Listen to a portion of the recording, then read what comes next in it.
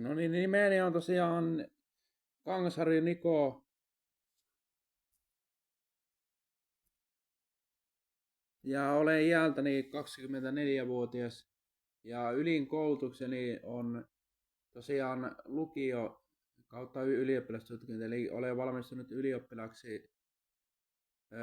23 keväällä.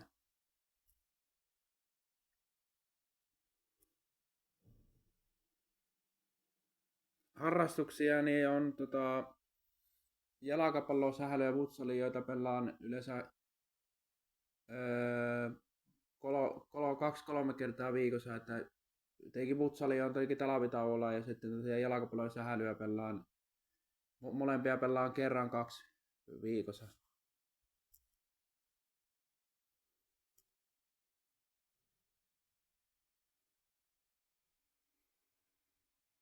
Urheilutaustaa mulla ei ole aikaisemmin, että ainoastaan on pelannut tosiaan näissä joukkueissa on pelannut ja on ollut huolto ja kaikkea joukkuejohtajatehtävissä, mutta mitään urheilutaustaa mulla ei varsinaisesti ei ole sillä ollenkaan mitenkään sillä aktiivisesti ja vakituisesti, että ei ole mitenkään sellainen niin kiintynyt se, että mulla olisi mitenkään varsinaisesti urheilutaustaa.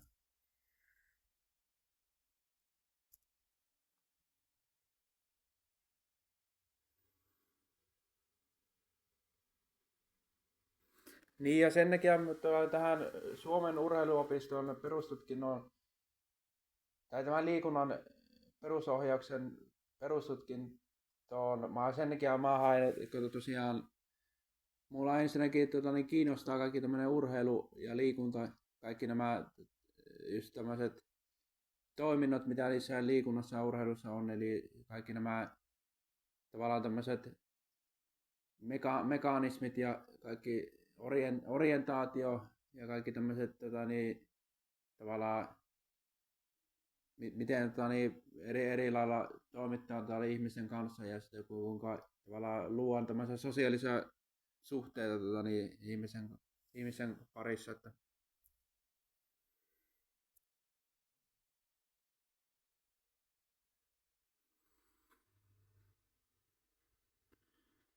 no 3 toivetta, mitä odotan tavallaan tältä työltä tai liikunnanohjauksen parissa, niin tosiaan ensinnäkin se, että odotan, että saan tosiaan kohdata muita ihmisiä. Toiseksi, että saan toteuttaa sitä, mikä on tavallaan oma haave. Ja kolmanneksi, pystyn olemaan mahdollisimman kunnianhimoinen ja tavoitteellinen ja sitten aktiivinen toimija.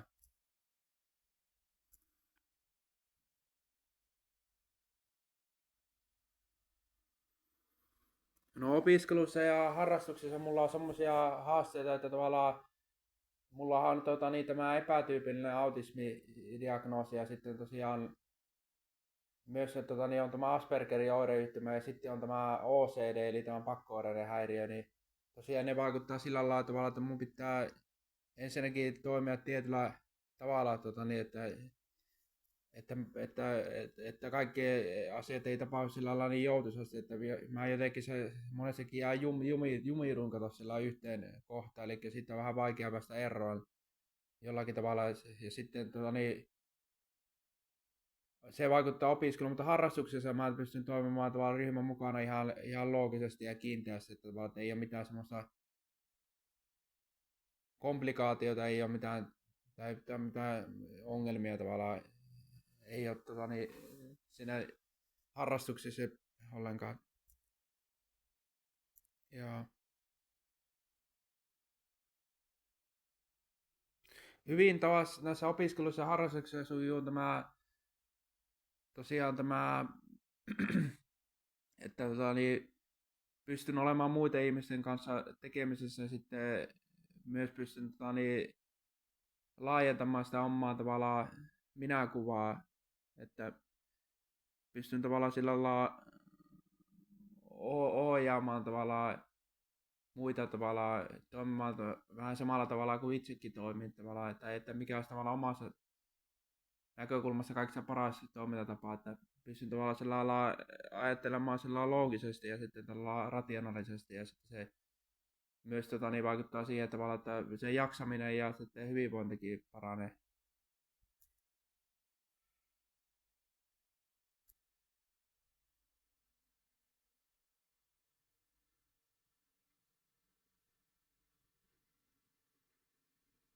Pystyn uimaan tosiaan 200 metriä sillä lailla, että ei tarvitse tavallaan keskeyttää, että tosiaan pystyy uimaan 200 metriä sillä lailla keskeytettä. Mä arvioin, että mun uimataito on ihan oikein hyvä, että siinä ei mitään ongelmaa ole. Että tosiaan, mä oon suorittanut sen pohjoismaisen uimataidon testin silloin 7-luokalla, niin se meni ihan hyvin ja sain tulla läpi sen.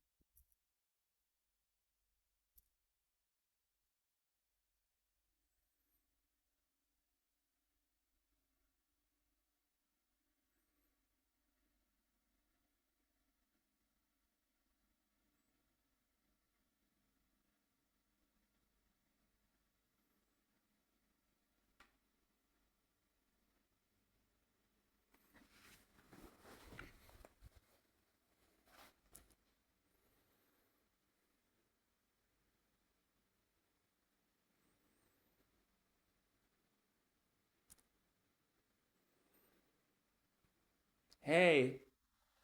miten niin, tosiaan pitäisi niin, tosiaan ohjata tätä ryhmää, eli miten tavallaan mä niin, toimin tämmöisessä tilanteessa, että tavallaan, että jos on niin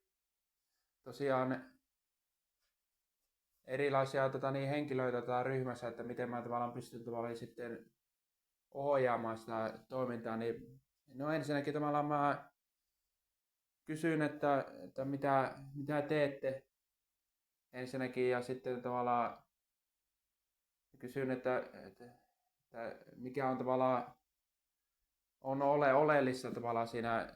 että voi antaa vaikka joku käsimerkin tai tämmöisen tietynlaisen niin, ohjauksen tavallaan sitten tavallaan, että miten tavallaan pitää toimia semmoisessa tietyssä tavanomaisessa tilanteessa, että mikä on tavallaan se, että niin se idea tavallaan tässä, että ensiksi niin mä keskityn siihen tavallaan, että mä tavallaan teen semmoisen aloitteen teen, että mä niin, kysyn tosiaan kaikilta, että mitä haluatte tehdä. Ja sitten tavallaan, että miten te tavallaan käytännössä sujuu niin se asia, että se sillä lailla, ja sitten niin, mä sitten niin, se sitten tavallaan voin myös kyseenalaistaa tavallaan, että mitä niin, ette halua tehdä tai mitä haluatte tehdä, että se on kyllä näin, että kyllä.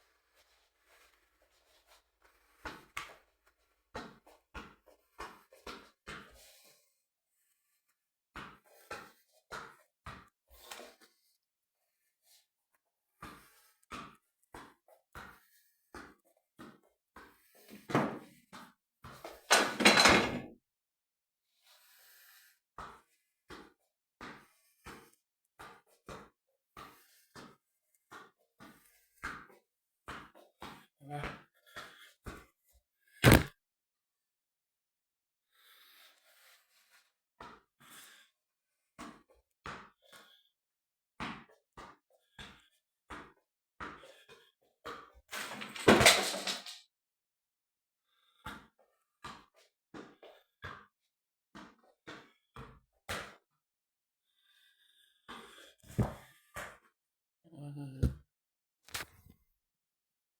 Kiitos.